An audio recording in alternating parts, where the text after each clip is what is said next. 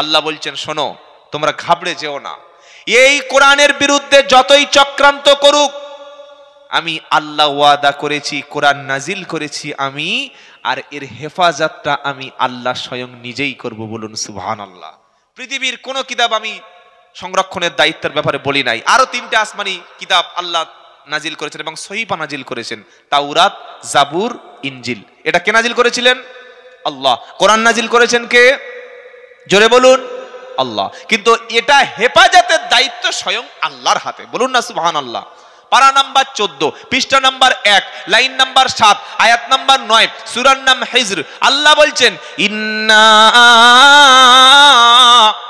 নাহনু নাযালনা যিকরা ওয়া ইন্না লাহু লাহাফিজুন। নিশ্চয়ই আমি আল্লাহ কোরআন নাজিল করেছি।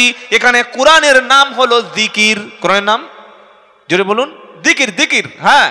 আল্লাহ বলছেন আমি আল্লাহ জিকির নাজিল করেছি, আর হেফাজতের দায়িত্বটা আমি আল্লাহ স্বয়ং নিজে হাতে নিয়েছি। তোমরা চক্রান্ত করো, তোমরা ষড়যন্ত্র করো, আমি আল্লাহ চক্রান্তকারীদের চক্রান্ত ব্যর্থ করে আমার কোরআনকে আমি টিকিয়ে রেখে দেব। জোরে হবে না? আজ 1.5 বছর ধরে আমেরিকা ইসরায়েলে বোমা পাঠিয়ে, পরমাণু অস্ত্র পাঠিয়ে, রকেট লঞ্চার পাঠিয়ে ফিলিস্তিনের গাজাকে, রাফাকে ধ্বংস করে মাটির সঙ্গে শেষ করে দিল। আল্লাহ বলছে দাঁড়িয়ে যাও। 3 দিন থেকে 4 দিন শুরু হলো আমেরিকার ক্যালিফোর্নিয়ায় দাবানল। দেখেন নাই আপনারা? আগুন আগুন দেখেন নাই? 100 কিলোমিটার বেগে আগুনের সাইক্লোন চলছে।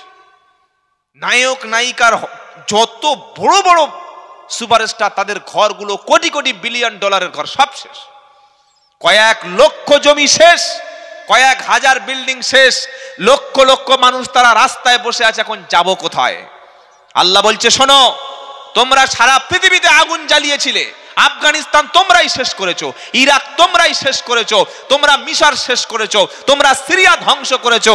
আমি আল্লাহ কিন্তু কোনো বোমা ফেলি নাই, আমি আল্লাহ কোনো পুলিশ পাঠাই নাই, আমি আল্লাহ কোনো মরণাস্ত্র পাঠাই নাই। আমি খালি বলেছি কুন। কি গো?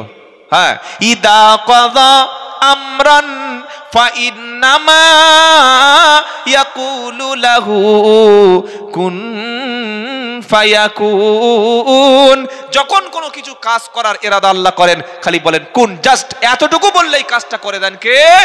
আল্লাহ। এত পাওয়ার। আল্লাহ বলছে তোমরা চক্রান্ত করবে, তোমরা চক্রান্ত করবে।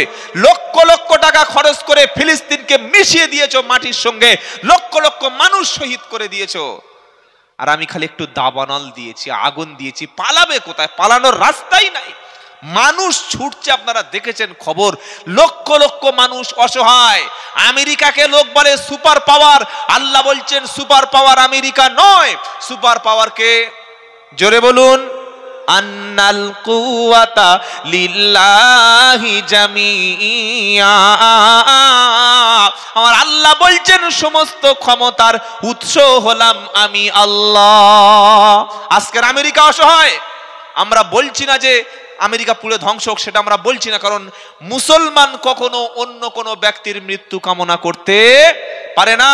কিন্তু তোমরা যে আগুনে সারা বিশ্বে জ্বালিয়েছো, ওই আগুন তো তোমাদের জ্বলতে হবে ভাই। কি গো? যে আগুন দিয়ে তোমরা মিশর পুড়িয়েছো, ইরাক পুড়িয়েছো, আফগানিস্তান পুড়িয়েছো, লিবিয়াকে পুড়িয়েছো, তোমরা সিরিয়াকে শেষ করেছো, ফিলিস্তিনকে নিশ্চিহ্ন করে দিয়েছো, ওই আগুন এখন আসমানি আগুন লেগে গেছে। ওয়ামাকারু ওয়ামাকারাল্লাহ আল্লাহু খায়রুল মাকিরিন। তোমরা চক্রান্ত করো, আল্লাহ করেন কৌশল, আর আল্লাহ হলেন উত্তম কৌশলকারী। জোরে বলুন সুবহানাল্লাহ। ইন্না বাতশা রাব্বিকা লাশাদীদ। আল্লাহর ধরা, আল্লাহর পাকড়াও বড্ড শক্ত। আমরা খালি বলছি আল্লাহ এত অপরাধ করছে, এত পাপ করছে, কই কিছু হচ্ছে না তো, কই আল্লাহ ওদের মরছে না তো, ওরা শেষ হচ্ছে না তো, গজব হচ্ছে না তো। আল্লাহ বললে আমি দেখবো, আমি দেখবো, আমি দেখতে চাই। দেখতে দেখতে যখন একেবারে তুমি সীমানা পার করে যাবে, তুমি যখন লাইন ক্রস করবে, তুমি যখন সীমানা ফেল হয়ে চলে যাবে, আউট অফ কন্ট্রোল যখন হয়ে যাবে, আসমান থেকে গজব আসা গজব আসা শুরু হবে। এখনো সময় আছে। যারা জুলুম করছো মানুষের উপরে, যারা মিথ্যা মিথ্যা কথা বলে মুসলমানদেরকে চক্রান্ত করার চেষ্টা করছো, আমরা দেখতে পাচ্ছি পশ্চিম বাংলার জমিনে যে আলেম ওলামা যারা আছেন তাদের নিশ্চয়ই প্রত্যেকের এ চোখ আছে, তারা দেখতে পাচ্ছেন পশ্চিম বাংলার মাদ্রাসাগুলি। আমি আসামে আলহামদুলিল্লাহ আপনাদের দোয়ায় আল্লাহর খাস রহমতে প্রতি বছর কয়েকবার করে আল্লাহ সফর করায়। আসামের অনেকগুলি জেলা আমি গিয়ে দেখেছি, সেখানকার জমিয়ত উলামা এবং অন্যান্য ওলামায়ে দেওবন্দ তারা আমাকে বলেছেন আপনারা পশ্চিম বাংলায় হাজার ভাবে আপনারা সুখে শান্তিতে আছেন, কিন্তু আমাদের আসামের মাদ্রাসাগুলি মিথ্যা অভিযোগ দিয়ে, মিথ্যা তহমত দিয়ে মাদ্রাসাগুলোকে বন্ধ করে দেয়া হচ্ছে।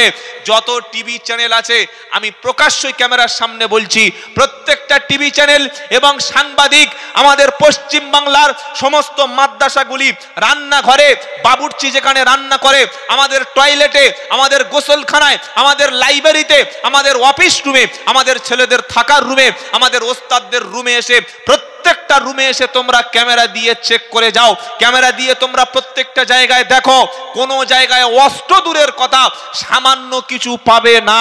কেন? এই মাদ্রাসা থেকে শিক্ষা দেয়া হয় দেশপ্রেমিকের। জোরে বলুন সুবহানাল্লাহ। বললে হুজুর প্রমাণ? যখন 1757 সালে ইংরেজ ব্রিটিশ বেনিয়ারা ভারতবর্ষ আক্রমণ করে ব্যবসা করার নাম করে ভারতবর্ষ দখল করলো, তখন এই ইংরেজদের তাড়ানোর জন্য দারুল উলুম তৈরি হলো। ওলামায়ে কেরামরা তারা মাথায় কাফনের কাপড় বেঁধে আল্লাহ রাস্তায় লক্ষ লক্ষ ওলামায়ে কেরাম জীবন দিয়েছে। তার জ্বলন্ত প্রমাণ আপনি যদি দিল্লি গেট দেখেন, সেখানে শত সহস্র শহীদ দেখতে পাবেন ওলামারা।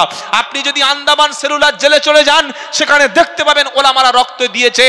আজ যারা মাদ্রাসা নিয়ে প্রশ্ন তুলছে, এরা সুস্পষ্ট মিথ্যাবাদী। এদের চরিত্র, পতিতাদের চরিত্র, দুজনের চরিত্র সমান। এরা মাদ্রাসাগুলো বন্ধ করার চেষ্টা কেন করছে? কারণ মাদ্রাসায় তৈরি হয় দেশপ্রেমিক। কি তৈরি হয়? জোরে বলুন। দেশপ্রেমিক, যাদেরকে মিথ্যা মামলায় জঙ্গি বলে চালানো হচ্ছে। যদি ওরা প্রকাশ্য জঙ্গি হয়, জঙ্গি কাজের সঙ্গে যুক্ত থাকে, আমরা প্রমাণ দেখতে চাই, তাদের প্রকাশ্য ফাঁসি চাই। মিথ্যা কেস দিয়ে তাদেরকে জঙ্গি বলে গ্রেফতার করা হচ্ছে, মাদ্রাসাগুলো জঙ্গিবাদের আখড়া দেয়া হচ্ছে। আরে ভাই, কোরআনটা একবার পড়ে দেখ, পারা নাম্বার 6 সূরা মাইদা আয়াত নম্বর 32। আল্লাহ পাক সাফ শুনিয়ে দিয়েছে কিভাবে মাদ্রাসায় জঙ্গি ট্রেনিং হয়। একটা আয়াত বলবো, এই জঙ্গি ট্রেনিং এর আয়াতটা বলবো, হ্যাঁ কিনা বলবেন তো? এটা জঙ্গি ট্রেনিং এর আয়াত দেখুন, আল্লাহ কিভাবে জঙ্গি ট্রেনিং দিচ্ছে মাদ্রাসায়। কোরআন বলছে মান কাতালা নাফসাম বিগাইরি নাফসিন আও ফাসাদিন ফিল আরদি ফাকান্নামা কাতালান নাসা জামিয়া। আমার আল্লাহ বলছেন সূরা মাইদা 6 নম্বর পারা 32 নম্বর আয়াত 1 নম্বর লাইন। আল্লাহ বলছেন শোনো, এই নাম্বারগুলো বলছি যারা ইসলাম বিরোধী, যেন ওরা বুঝতে পারে যেগুলো কোরআনে আছে কিনা। হ্যাঁ, ওরা তোমার বক্তব্য যাচাই বাছাই করার অধিকার আছে, তারা দেখুক যে কোরআন কি বলছে। আল্লাহ বলছেন শোনো, কেউ যদি পৃথিবীতে কোনো একটা নিরপরাধ মানুষকে হত্যা করে, হোক সে হিন্দু কিংবা মুসলমান, হোক খ্রিস্টান কিংবা জৈন, এখানে কোনো জাত নয়, এখানে মানুষ, এখানে হিউম্যানিটি, এখানে মানবতা। আল্লাহ বলছেন পৃথিবীতে কেউ যদি কোনো নিরপরাধ একটা মানুষকে হত্যা করে, সে যেন পৃথিবীর সব প্রাণীকে, সমস্ত মনুষ্য জাতিকে হত্যা করার মতো পাপ করলো। নাউজুবিল্লাহ। যে কোরআন বলছে একটা নিরপরাধ মানুষকে হত্যা করা মানে গোটা পৃথিবীর 800 কোটি মুসলমানদেরকে নয়, মানুষদেরকে হত্যা করা, সেই কোরআন থেকে কোনোদিন জঙ্গি ট্রেনিং কিতাব হতে পারে? কি গো, আরো পড়ুন। আল্লাহ বলছেন শোনো, আল ফিতনাতু আসাদ্দু মিনাল কতল। ফিতনা করা, ফাসাদ করা, সমাজে বিশৃঙ্খলা করা, মানুষ হত্যা করার চাইতে বড় অপরাধ। জোরে বলুন সুবহানাল্লাহ। এই নুরানি কায়দা আমাদের মক্তবের বাচ্চাদের পড়ানো হয় কি হয় না? আলিফ বা তাসা জিম হা খ জাহাদা বাখালা দাখালা বালাগা লেখা আছে, বলছে এই তো জেহাদ লেখা আছে, এই তো আলিফ বা তাসা জিমাই তো জেহাদি বই পড়ানো হচ্ছে। কত বড় মিথ্যাচার চিন্তা করুন। এর জন্য আপনাদের সোচ্চার হতে হবে। একটা মাদ্রাসায় যদি জঙ্গি প্রমাণ করার চেষ্টা করে, আমরা সমস্ত মিডিয়া উলাদের বলছি এবং মাননীয় মুখ্যমন্ত্রীকে আমরা বলছি, শুনুন, আপনি তদন্ত করুন। কারণ কিছু বেঈমান মুনাফিক আছে যারা বলছে পশ্চিম বাংলায় মমতা ব্যানার্জি তিনি এই জঙ্গিদেরকে বসাচ্ছে, তকমা দিচ্ছে। এই কথাগুলো বলছে কি বলছে না? বলছে কি বলছে না? সুতরাং যত মাদ্রাসা পশ্চিম বাংলা আছে প্রত্যেকটা মাদ্রাসা এসে দেখো, মাদ্রাসার সিসি ক্যামেরাগুলো চেক করে দেখো। যদি জঙ্গি ট্রেনিং হয় আমরা আজকেরই মাদ্রাসা বন্ধ করে দিচ্ছি, আর যদি জঙ্গি ট্রেনিং না হয় তাহলে তোমরা টিভি চ্যানেলগুলো বন্ধ করো। আর তোমাদের যা চরিত্র, তোমাদের যা মিথ্যা খবর, এই টিভি চ্যানেলগুলো বন্ধ করলে ভিক্ষা ছাড়া তোমাদের কোনো উপায় নাই। সেজন্য তারা তাদের চক্রান্ত করে যাবে, কিন্তু আমরা জীবন দিয়ে হলেও আল্লাহর কোরআনের মাদ্রাসাকে রক্ষা করব, ভালোবাসবো। বলুন ইনশাআল্লাহ, জোরে বলুন ইনশাআল্লাহ। কোরআন না বাঁচলে মুসলমান বাঁচবে না, কোরআন না থাকলে দিন থাকবে না, ইসলাম না থাকলে মুসলমানের কোনো অস্তিত্ব থাকবে না। তাই জীবনের শেষ বিন্দু, শেষ রক্ত দিয়ে হলেও কোরআনের পক্ষে থাকবো, দিন ইসলামের পক্ষে থাকবো। বলুন ইনশাআল্লাহ, জোরে বলুন ইনশাআল্লাহ। যখন আমেরিকায় প্রত্যেকে জানেন টুইন টাওয়ার হামলা হয়, সঙ্গে সঙ্গে মিডিয়া চোখ বন্ধ করে দিল, বলে দিল ওসামা বিন লাদেন হামলা করেছে। ঠিক আছে, ওসামা বিন লাদেন হামলাকারী ধরেই নিলাম। তারপরে বলল ওই হামলা যে প্লেন দিয়ে করেছে একটা কোরআন পাওয়া গেছে। তারা আবিষ্কার করলো কোরআন জেহাদিদের কিতাব। আমেরিকার খ্রিস্টানেরা ইংলিশ থেকে কোরআন কিনলো, বললো কিরকম জেহাদি কিতাব, কিভাবে কোরআনের মধ্যে বোম ট্রেনিং দেওয়া হয়, পরমাণু অস্ত্র ট্রেনিং দেওয়া হয়, আমরা একটু পড়ে দেখি। যখন তারা পড়লো, কোরআন পড়লো, তারা দেখলো কোরআন তো একমাত্র কিতাব যে কিতাব বলেছে একটা নিরপরাধ মানুষকে হত্যা করা গোটা পৃথিবীর মানুষকে হত্যা করে দেওয়ার মতো সমান। কোরআন তো বলেছে পারা নাম্বার 3 পৃষ্ঠা নাম্বার 1 সূরার নাম বাকারা আয়াত নাম্বার 256 আয়াতুল কুরসির পরে আল্লাহ বলেছেন লা ইকরাহা ফিদ্দিন। জবরদস্তি করে, প্রেসার ক্রিয়েট করে, অর্থের লোভ দিয়ে, ভালোবাসার টোপ দিয়ে কিংবা জোর করে কোনো ব্যক্তিকে ধর্ম গ্রহণ করাতে ইসলাম বাধ্য করেনি। কোরআন বলেছে জোর করে কাউকে ধর্মান্তরিত করো না। আজকের আমাদের বলা হচ্ছে ভারতবর্ষের জমিনে মুসলমানরা নাকি জোর করে ধর্মান্তরিত করেছিল। মুসলমানরা জোর করে যদি ধর্মান্তরিত করত 800 বছরের শাসনে একটাও কোনো অমুসলিম থাকার কথা নয়, অথচ 800 বছর মোগলরা শাসন করেছে। ইতিহাস সাক্ষী দিচ্ছে এই 800 বছরের মুঘল পিরিয়ডে সব সময় মুসলমানরা ছিল সংখ্যালঘু। আমরা জোর করে কোনোদিন কাউকে ইসলাম শিক্ষা দেয়নি জোর করে কলেমা পড়িয়ে মুসলমান করাও। আমেরিকার সাদা চামড়ার খ্রিস্টানেরা ইংলিশে কোরআন কিনলো, কোরআনটা তারা শুধুমাত্র সওয়াবের উদ্দেশ্য নয় বরং কোরআন পড়তে শুরু করলো। একবার, দুবার, তিনবার, চারবার, পাঁচবার, বারবার কোরআনটা খতম করলো।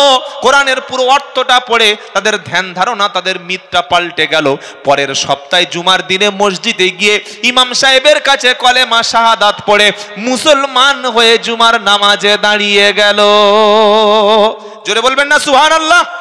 পশ্চিম বাংলায় শুধু দাওরা হাদিস মাদ্রাসা চলছে তা নয় ভাই, আমেরিকায় অন্তত 10 থেকে 12টা সেখানে দাওরা হাদিস মাদ্রাসা চলছে, সেখানে বুখারী খতম হচ্ছে, সেখানে হিফজ খানা রয়েছে আমেরিকায়, এবং বিশেষ করে নিউ ইয়র্কে অনেক 50 থেকে 60টা হিফজ খানা চলছে। জোরে বলুন সুবহানাল্লাহ।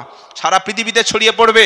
সেদিন একটা প্রতিবেদন দেখলাম, তারা ভয় পাচ্ছে যে 2050 সালে হয়তো আমেরিকায় সবচাইতে বেশি যে ধর্মের মানুষ হবে তার নাম হলো মুসলমান। আদর্শ দিয়ে, আমাদের শান্তির বার্তা দিয়ে ছড়িয়ে দিতে হবে। উগ্রতা, ধর্মান্ধতা এইগুলো আমাদের চলবে, আমাদের ব্যবহারটা পাল্টাতে হবে। আজ মুসলমানদের মধ্যে সবচাইতে যেটা কম লক্ষ্য করা যায়, যেটা আমাদের সবচাইতে বেশি, যেটা আমাদের মধ্যে নেই, সেটা হচ্ছে সবর, সেটা হচ্ছে ধৈর্য, সেটা হচ্ছে ভালো ব্যবহার। আমি এমন ব্যবহার কেন করব না আমার একটা অমুসলিম ভাই বলবে না সত্যি এই মুসলমান কোরআনের মতো মুসলমান, এই মুসলমান নবী মুহাম্মদ সাল্লাল্লাহু আলাইহি ওয়াসাল্লামের মতো মুসলমান। আমরা ব্যবসা করলে মিথ্যা বলছি, মাল কম দিচ্ছি, ওজনে কম দিচ্ছি, ওয়াদা খেলাপ করছি, 2 নম্বরই করছি, প্রতিবেশীর সঙ্গে কষ্ট দিচ্ছি। অমুসলিম আমাদেরকে দেখলেই তারা ধারণা করছে যে মুসলমান মানেই যাত্রা মিথ্যাবাদী, মুসলমান মানেই চিটিংবাজ, মুসলমান মানেই তারা ধোঁকাবাজ। তখন তো ইসলাম সম্পর্কে খারাপ ধারণা তৈরি হবে। তাই মুসলমানদের দেখে ইসলাম না শিখে একটা করে কোরআন কিনেও, একটা নবীর জীবনী কিনেও, হাদিসগুলো পড়ো, জানতে পারবে ইসলামটা দাঁড়িয়ে আছে সম্পূর্ণ মানবতার উপরে। জোরে বলুন না সুবহানাল্লাহ। বাবাজিরা, আল্লাহর ভাইরা, কোরআন হেফাজতের দায়িত্ব নিয়েছেন কে? জোরে বলুন, আরো জোরে। কাদের দ্বারা হেফাজত করবেন? হাফেজদের দ্বারা। জোরে বলুন না সুবহানাল্লাহ। ইন্না নাহনু নাযালনা যিকরা ওয়া ইন্না লাহু লাহাফিজুন। আল্লাহ তাই বলেছেন হাফেজ, যে আমি আল্লাহ নাজিল করেছি এই জিকির, আর হেফাজতের দায়িত্ব সম্পূর্ণ আপনার। পৃথিবীর মধ্যে সব সবচাইতে, অনেকে মনে করেন যে কোরআন কঠিন কিতাব, না, আমি আব্দুল্লাহ জুবায়ের বলছি, ওয়াল্লাহি পৃথিবীর মধ্যে সবচাইতে সহজ কিতাবের নাম হলো কোরআন। জোরে সুবহানাল্লাহ বলবেন না? কত সহজ। 6 বছরের ছেলে, 5 বছরের ছেলে, 7 বছর 8 বছরের ছেলে মক্তবে ভর্তি হলো। প্রথমে 2 থেকে 3 মাস নাজরা পড়লো, 4 মাস থেকে হিফজ করা শুরু করলো। 1 থেকে 1.5 বছরের মধ্যে এই 5 বছর 6 বছরের ছেলেটি পুরোপুরি হাফেজে কোরআন হয়ে চলে গেল। আল্লাহর কত রহমত একটা হাফেজের উপর, আপনি জানেন না, পড়ে আর মুখস্থ করে, কি আশ্চর্য! এটা সহজ না, কিন্তু আল্লাহ তার সিনার মধ্যে কোরআন দেবে বলেছেন, সংরক্ষণ করবে বলেছেন। বলুন না সুবহানাল্লাহ। আজকের বেশ কয়েকজন ছেলে, কজন ছেলে? 4 জন ছেলে। আহা হা, এই পবিত্র কোরআন 30 পারা কোরআন 4 জন ছেলে তারা হিফজ করেছে। তাদের সিনার মধ্যে, তাদের মেমোরির মধ্যে এত বিশাল মোটা কিতাব তারা সংরক্ষণ আল্লাহ করিয়েছেন। একটু পরেই আপনাদের সামনে আসবে তারা। এগুলো আপনাদের ফসল, আপনাদের মেহনতের টাকা। সেজন্য বারবার মাদ্রাসা বিরোধীদের বলছি, মাদ্রাসাকে জঙ্গি বলার সাহস করো না, জিভ ছিঁড়ে নেওয়া হবে। মাদ্রাসাকে তোমরা পাকিস্তানের সমর্থক বলো না, মাদ্রাসার মধ্যে সন্ত্রাসী কাজ হয় না। আবারও বলছি, মাদ্রাসা এসে ঘুরে দেখে যাও, এখানে শেখানো হয় সভ্যতা। কলেজে চলে যাও, ইউনিভার্সিটি চলে যাও, বাথরুমে দেখবে সেখানে নিরোদের প্যাকেট পড়ে আছে, সেখানে মদের বোতল পড়ে আছে, সেখানে সিগারেট পড়ে আছে, সেখানে নেশা করার সবকিছু বস্তু পড়ে আছে। আর একটা মাদ্রাসার মক্তবের ছেলে বিড়ি খাওয়া দূরের কথা, সিগারেট খাওয়া দূরের কথা, পেশাব করে তো পানি নেয়, পেশাবে করা তো বিসমিল্লাহ বলে প্রবেশ করে, নবীর নাম আল্লাহর নাম নিয়ে প্রবেশ করে, সুন্নাত তরিকা অনুযায়ী পেশাব করে। একটা ছাত্র মাদ্রাসায় ভর্তি হলো, হাফেজ হয়ে যাওয়ার আগে যদি 1 মাসও মাদ্রাসায় পড়ে, পুরোপুরি সুন্নাতে নববীর মধ্যে তার মাথার চুল, তার পায়ের নখ, তার হাতের নখ, তার মুখের মধ্যে দাঁত মেসওয়াক করা, তার গোপগুলো, তার সুন্দর পোশাকটা দেখলেই বুঝতে পারবেন একটা সভ্য মানুষ। আমি অন্য শিক্ষাকে ঘৃণা করছি না, যে শিক্ষা মানবতা শেখায় না, যে শিক্ষা মানুষ হওয়া শেখায় না, ওটা কিসের শিক্ষা ভাই? বড় শিক্ষিত হয়ে যদি মদের বোতল ধরে খাই, বড় শিক্ষিত হয়ে যদি আমি তাস খেলি, বড় শিক্ষিত হয়ে যদি আমি জেনা করি, বড় শিক্ষিত হয়ে যদি আমি আমার গার্লফ্রেন্ড নিয়ে দীঘায় গিয়ে রাত কাটাই রাত্রেবেলা, এই শিক্ষার কোনো দাম নাই। আজকের তাকিয়ে দেখুন মাদ্রাসার দিকে, একটা ছাত্র যখন আলেম হয়, হাফেজ হয়, আলেম হওয়ার হাফেজ হওয়ার সাথে সাথে সেই ব্যক্তিটা সামান্য 5 থেকে 6,000 টাকা, 7 থেকে 8,000 টাকা কম বেতনে মসজিদে প্রত্যেক জুমায় তিনি খেদমত করছেন, 5 ওয়াক্ত খেদমত করছেন। তিনি শিক্ষা দিচ্ছেন, তোমরা বাপ মাকে খেদমত করো, তোমরা সমাজে মারামারি করো না। কোনোদিন শুনেছেন জুমার দিনে ইমাম সাহেব বলছে প্রত্যেকে হাতে অস্ত্র তুলে নাও আর তোমার হিন্দুদেরকে মেরে ফেলো? বলেছে? এই বলেছে? কোন ইমাম সাহেব বলেছে যে তোমরা মুসলমান জুমার নামাজ পড়তে এসছো, প্রত্যেকে ওজনে কম দাও? না, তোমরা জুমার দিন নামাজ পড়তে এসছো, ভোটের সময় মেরে তোমার ভাইদের মাথা ফাটিয়ে দেবে। তোমরা নামাজ পড়তে এসেছো, তোমরা দেশ বিরোধী কাজ করো। তোমরা নামাজ পড়তে এসেছো, বাড়িতে ফিরে গিয়ে বাপ মাকে কষ্ট দাও। বলেছে কোনোদিন? বলেছে? বলবে না। কেন বলবে না? এখান থেকে শিক্ষা দেয়া হয় মানবতার, এখান থেকে শিক্ষা দেয়া হয় প্রতিবেশীর পাশে দাঁড়াও। এমনকি তোমার প্রতিবেশী হিন্দু যদি হয়, সে যদি অসুস্থ হয়ে চিকিৎসার জন্য তোমার কাছে সহযোগিতার হাত পাতে, তুমি সহযোগিতার হাতটা বাড়িয়ে দাও। তোমার পাশের গরিব মানুষ, হিন্দু, খ্রিস্টান, জৈন, বৌদ্ধ, শিখ, সে যদি লেখাপড়া না শিখতে পারে, তুমি মুসলমান, তোমার টাকা দিয়ে তার শিক্ষার জন্য তুমি সহযোগিতা করো। এর জন্য আল্লাহ তাআলা সৃষ্টিকর্তার কাছে সওয়াব লেখা হবে। জোরে বলুন সুবহানাল্লাহ। এটাই হচ্ছে ইসলামের শিক্ষা। এই আদর্শ, এই শিক্ষা দিয়ে ইসলাম টিকে আছে এবং কিয়ামত পর্যন্ত থাকবে কি থাকবে না? কোরআন থাকবে, হাফেজ থাকবে, আলেম থাকবে। আমরা কোরআনের পক্ষে থাকবো ইনশাআল্লাহ। যদি কোরআনের পক্ষে থাকতে পারেন, কিয়ামতের দিন আল্লাহ হাফেজে কোরআনকে বলবেন, হাফেজে কোরআন তুমি দুনিয়াতে কি করেছিলে? হাফেজে কোরআন বলবে, রব্বানা দুনিয়াতে আমি আপনার কালামকে মুখস্থ করেছিলাম, তেলাওয়াত করতাম, হালাল কাজগুলো করেছি, হারাম ছেড়ে দিয়েছি। নবী বললে, মান করা আল কুরআনা ওয়া আমিলা বিমা ফিহি উলবিসা ওয়ালিদাহু তাজানা ইয়াউমাল কিয়ামা। কিয়ামতের দিন এক শ্রেণীর মানুষের মাথায় নূরের টুপি পরিয়ে দেওয়া হবে। তাদের সুন্দর পোশাকটা আল্লাহর পক্ষ থেকে এমন পোশাক দেওয়া হবে যে নূরের পোশাকে নূরের টুপি যত জ্যোতি হবে, সূর্যের আলো সেদিন হার মেনে যাবে। জোরে বলুন সুবহানাল্লাহ। এই শান্তিপুরের মানুষ জিজ্ঞাসা করবে, আল্লাহ এরা কারা? এদের মাথায় এত মর্যাদা, এত নূরের টুপি কেন? আমার আল্লাহ বলবে এই বান্দা হলো তারা যারা নিজেরা হয়তো কোরআন জানতো না, নিজেরা দ্বীন ইসলাম হয়তো জানতো না, কিন্তু কোরআনকে ভালোবেসে, দ্বীনকে ভালোবেসে তাদের সন্তানদেরকে কোরআনওয়ালা করেছিল, হাফেজ করেছিল কোরআন সংরক্ষণ করার জন্য। তারা তাদের সন্তানদেরকে কোরআনের মাদ্রাসায় পাঠিয়ে দিয়েছিল, আর এদের ওসিলায় দ্বীনকে টিকেছিল। আমি আল্লাহ কোরআনওয়ালার বাবা মার মাথায় নূরের টুপি পরিয়ে দিলাম। জোরে বলুন। বললে হুজুর যে হাফেজ হলো, দস্তার বন্দি হবে, এতে লাভ কি? প্রথম নাম্বার লাভ হলো কিয়ামতের কঠিন মুসিবতের দিন কেউ কারোর কোনো উপকারে, জোরে বলুন, ইয়াউমা ইয়াফিরুল মারউ মিন আখিহি ওয়া উম্মিহি ওয়া আবিহি ওয়া সাহিবাতিহি ওয়া বানিহি লিকুল্লি ইমরিইম মিনহুম ইয়াউমা ইদিন শাআনু ইগনি। 30 পারা সূরা আবাসা 34-35 নম্বর আয়াতে আল্লাহ বলছেন, শোনো, কিয়ামতের বিচারের দিনে তোমার কাছ থেকে ভাই, তোমার মা, তোমার বাবা, তোমার স্ত্রী, তোমার সন্তান সবাই পালিয়ে যাবে। প্রত্যেকে নিজের চিন্তায় ব্যস্ত থাকবে, আমার কি হবে, আমার কি হবে। সেদিন বাপ বলবে আমার কোনো ছেলে নাই, ছেলে বলবে আমার কোনো ভাই নাই। আল্লাহ বলবে ওই কঠিন মুসিবতের দিনে, মানদাল্লাযী ইয়াশফাউ ইনদাহু ইল্লা বিইذনিহি। তৃতীয় পারা প্রথম পৃষ্ঠা 10 নম্বর লাইন 255 নম্বর আয়াত সূরা বাকারা। আল্লাহ বলছে ডেকে আনো আমার সামনে, আমার অনুমতি ছাড়া, আমার হুকুম ছাড়া সুপারিশ করবে এমন কোন বান্দা সেদিন খুঁজে পাওয়া যাবে না। সেই কিয়ামতের দিনকে ভয় করো।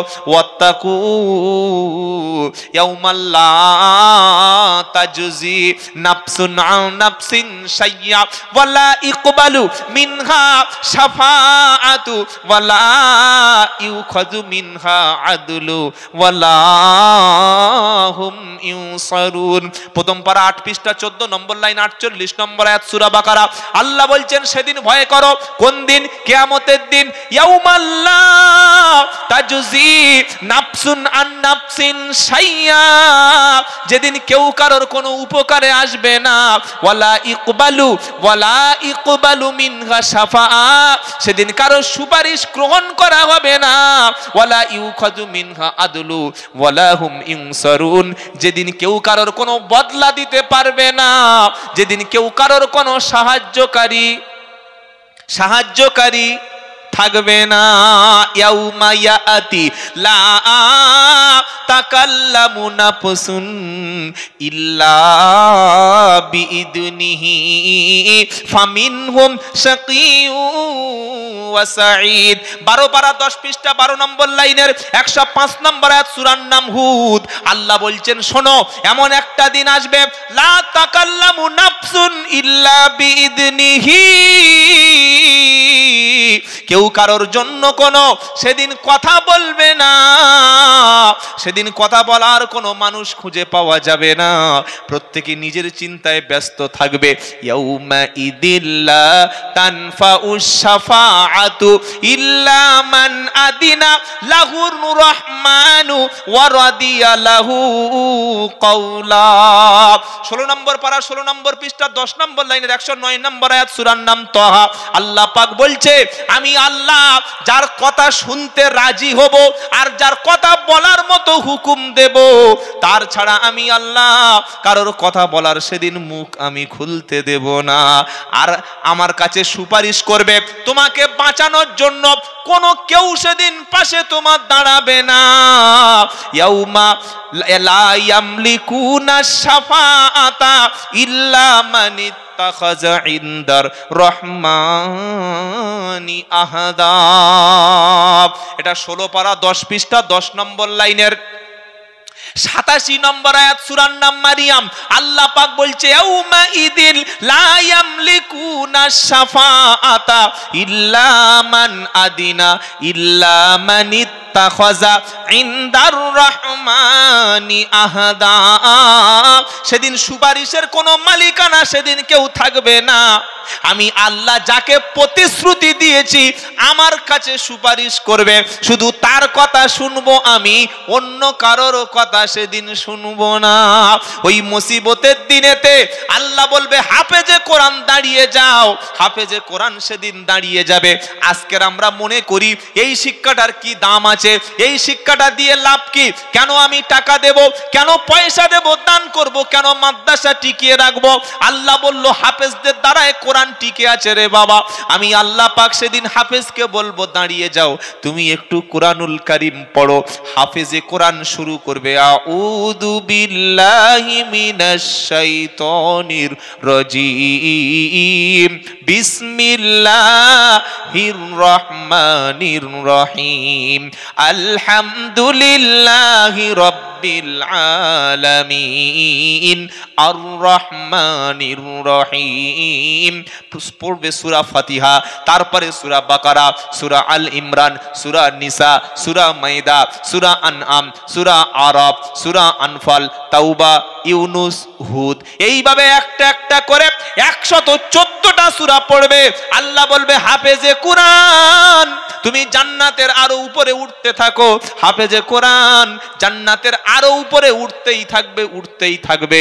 ওদিকে এই আত্মীয় স্বজনদের মধ্যে 10 জন ব্যক্তি তারা হাফেজে কোরআনের সোহবতে থাকার মতো 10 জন ব্যক্তি ওদিকে জাহান্নামীর ঘোষণা হয়ে গেছে। আল্লাহ বলল হাফেজে কোরআন তোমার পড়া যে জায়গায় শেষ, সে জায়গায় তোমার জান্নাতের ঠিকানা। জোরে বলুন না সুবহানাল্লাহ। আর আপনি ফালাকার নাস মুখস্থ করে রেখেছেন, ওই 6 দাগ উপরে উঠে ওখানে বসে পড়তে হবে। কি গো, আমাদের কি মানে 40 বছর নামাজ পড়ছে চাচা, কড়া সূরা মুখস্থ, বললে আলাম তারা, কুরাইশ, ফালাকার নাস, আর কিছু মুখস্থ করে নাই। ও ইচ্ছা করলে করতে পারে, করবে না, করবে না। আর ফালাকার নাস পড়তে বললে সে কোথাকার ফালাক কোথায় চলে যাবে বুঝতে পারবেন না। কি বুঝলেন? ছোট্ট ছোট্ট বাচ্চাদের দিকে শিক্ষা নিন, এদের বিরুদ্ধে কথা বলার আগে, এদের বিরুদ্ধে কলম তোলার আগে শিক্ষাটা নিন।